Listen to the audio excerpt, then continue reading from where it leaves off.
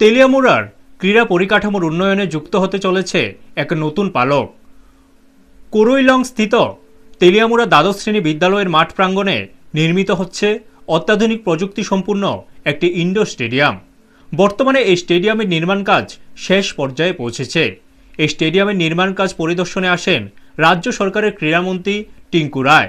তার সঙ্গে উপস্থিত ছিলেন তেলিয়ামুড়া বিধানসভা কেন্দ্রের বিধায়িকা কল্যাণী সাহা রায়, তেলিয়ামুড়া পুর পরিষদের চেয়ারম্যান রূপক সরকার, ভাইস চেয়ারম্যান মধুসূদন রায় সহ অন্যান্য জনপ্রতিনিধি ও আধিকারিকরা।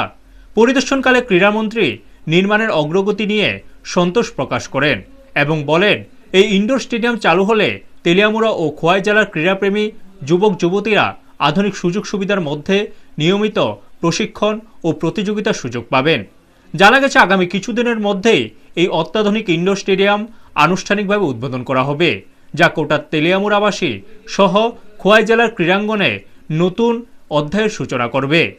ক্রীড়াবিদদের প্রতিভা বিকাশে এই স্টেডিয়াম গুরুত্বপূর্ণ ভূমিকা নেবে বলে আশাবাদী স্থানীয় মানুষজন।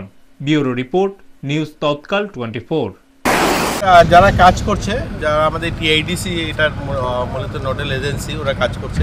আমরা আশা করছি 1-2 মাসের মধ্যে কমপ্লিট হবে এবং এটা কমপ্লিট হলে এখানকার যারা ইনডোর স্পোর্টস যেগুলো রয়েছে, জুডো, যোগা, জিমনাস্টিক, ব্যাডমিন্টন, এগুলোর জন্য এখানকার খেলোয়াড়দের জন্য দিবারাত্র বা বর্ষার সময় তারা খেলার সুযোগ পাবে।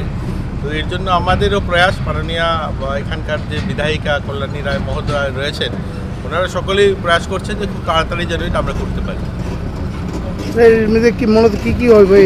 এটাতে মূলত যোগা হবে, জিমনাস্টিক হবে, জুডো হবে, ক্যারাটে হবে, ব্যাডমিন্টন হবে, অর্থাৎ ইনডোর যে গেমগুলো করা হয় প্রত্যেকটা গেমই এখানে করা যাবে। এখন ত্রিপুরা জেলাতে কয়টা ইনডোর স্টেডিয়াম? অনেকগুলো। আমাদের উদয়পুরে ইনডোর হল হচ্ছে, এখানে ইনডোর হল হচ্ছে, ধর্মনগরে হয়েছে, কৈলাসহরে হচ্ছে। এটা আগে শুধুমাত্র একটা বিলুনিয়া এবং আমাদের আগরতলাতে ছিল, এখন কিন্তু রাজ্যে অনেকগুলো আমরা একসঙ্গে করছি। আমাদের ধর্মনগরে অলরেডি উদ্বোধন হয়ে গেছে, এটাও খুব শীঘ্রই 1-2 মাসের মধ্যে হবে। উদয়পুরেরটাও কাজ চলছে, কৈলাসহরেও কাজ চলছে এবং আরও আমরা এই বছরও বাজেটে আরও 3খানা রাখছি, নতুন করে আরও 3টা জায়গা হবে।